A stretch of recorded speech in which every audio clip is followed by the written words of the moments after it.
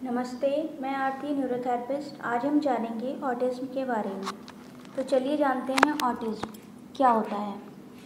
Autism जो अप्रैल का महीना है वो ऑटिज़्म अवेयरनेस मंथ कहा जाता है इसको, ठीक है। इसमें अवेयरनेस फैलाई जाती है ऑटिज़्म के बारे में, ठीक है। लेकिन ये हम 1 in 54 children in the US are diagnose with autism. 54 में से एक बच्चा यूएस में डायग्नोज किया जाता है ऑटिज़म, ठीक है। There is no blood test for diagnosis of, इसके लिए कोई प्रॉपर डायग्नोज नहीं है, ठीक है। ऑटिज़म के लिए observation is use for detection के लिए ऑब्जर्वेशन यूज़ की जाती है। Boys are 4 time more likely to be diagnose with autism than girls. लड़कों को 4 गुना ज़्यादा संभावना होती है डायग्नोज होने की ऑटिज़म से लड़कियों की तुलना में। With early intervention, inclusion and acceptance, children and adults with autism can learn, socialise, work and have happy lives living independently with support. With early intervention including acceptance, यानी कि जो ऐसे बच्चों को, एडल्ट्स को ये सीखने में, सोशलाइज करने में, काम करने में, हैप्पी लाइफ जीने में, इनको इंडिपेंडेंटली सारा काम करने में, अपने आप सारा काम करने में सपोर्ट की ज़रूरत होती है।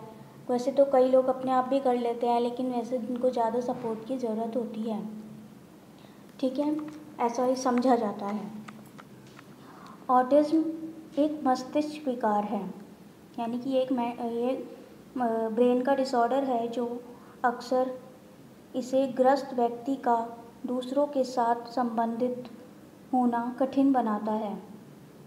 ऑटिज़म में ब्रेन के विभिन्न क्षेत्र एक साथ काम करने में विफल होते हैं, यानी कि वो एक साथ प्रॉपर कोऑर्डिनेशन के साथ काम नहीं कर सकते, ब्रेन के डिफरेंट पार्ट्स। इसे ऑटिज़म स्पेक्ट्रम विकार भी कहा जाता है। ऑटिज़म से ग्रस्त व्यक्ति बाकी लोगों से अलग सुनने, देखने और महसूस करते हैं। यदि ऑटिस्टिक हैं आप, तो आपको पूरे जीवन ऑटिज़म होगा ही होगा। यह कोई बीमारी नहीं है, इसे ठीक नहीं किया जा सकता। सभी ऑटिस्टिक लोगों को कुछ न कुछ कठिनाइयों का सामना करना पड़ता है, लेकिन सबको अलग अलग तरीक़ों से प्रभावित करता है ये।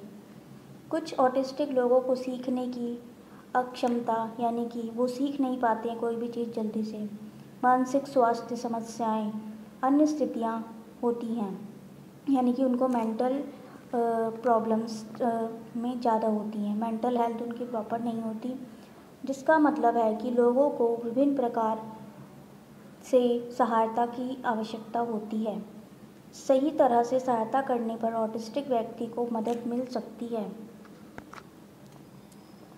अभी आगे आप ये एक और डायग्राम देख रहे हैं, तो चलिए हम इस पिक्चर के थ्रू कुछ जानते हैं कि देखो ये सोशल लाइफ में क्या हो रहा है ऑटिज़म के बच्चों के साथ। इसमें इनको रिजेक्ट किया जाता है, तो ये इमोशनल हो जाते हैं, फिर ये डिप्रेशन में चले जाते हैं, इनको मिर्गी आ सकती है, मिर्गी भी ज़्यादातर होती है, ज़्यादातर बच्चों में हाइपर एक्टिव होते हैं, यानी कि बहुत तोड़ फोड़ करना, कोई भी काम फटाफट उछलता कूदना, बहुत तेज़ गुस्सा आना, ये सब इनके लक्षण होते हैं। लर्निंग डिसेबिलिटी, यानी कि कोई भी काम जल्दी से नहीं सीख पाते, वो धीरे, उनको टाइम लगता है आम बच्चों की तुलना में, ठीक है। करेक्शन प्रॉब्लम होती है, ठीक है, वो जल्दी ठीक नहीं कर पाते कोई भी गलती को।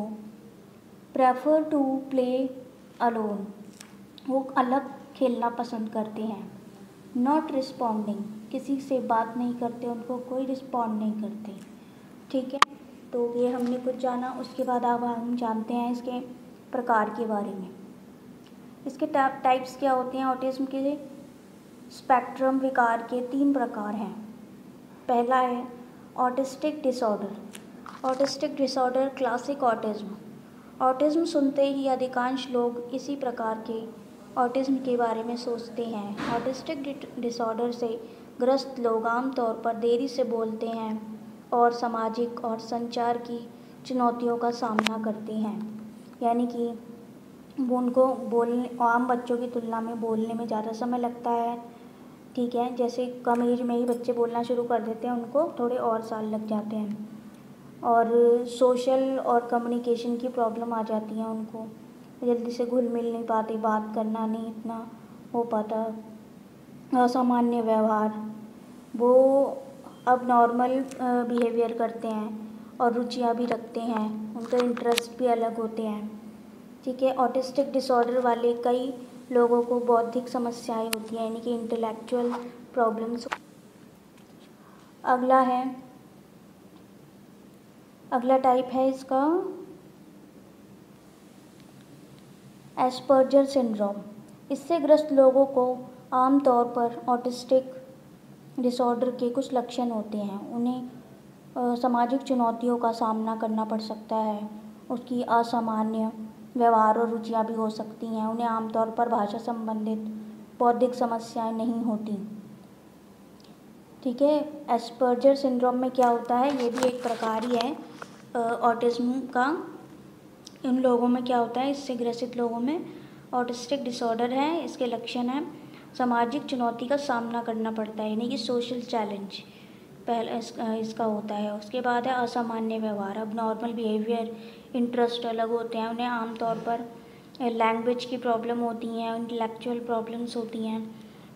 ठीक है, फिर अगला टाइप है हमारा परवेसिव डेवलपमेंट।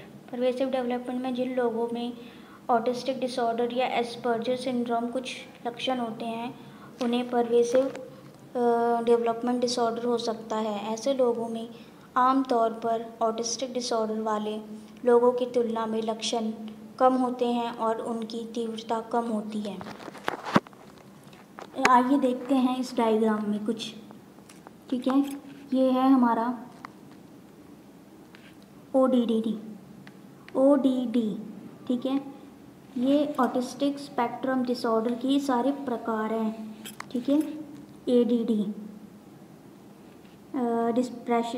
डिप्रेशन है, ऑडिटरी प्रोसेसिंग है, यानी कि इनको सुनने में दिक्कत होती है।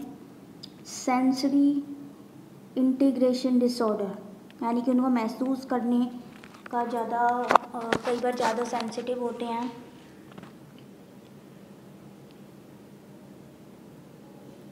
गिफ्टेड होते हैं। ठीक है, OCD और Tourette, anxiety, ADHD, specific learning difficulty, यानी कि उन्हें विशेष प्रकार की लर्निंग में प्रॉब्लम्स आती हैं। ADHD भी ऐसे बच्चों का एक प्रकार है। ADD, ये सब इसके ऑटिस्टिक स्पेक्ट्रम डिसऑर्डर के प्रकार होते हैं। ठीक है।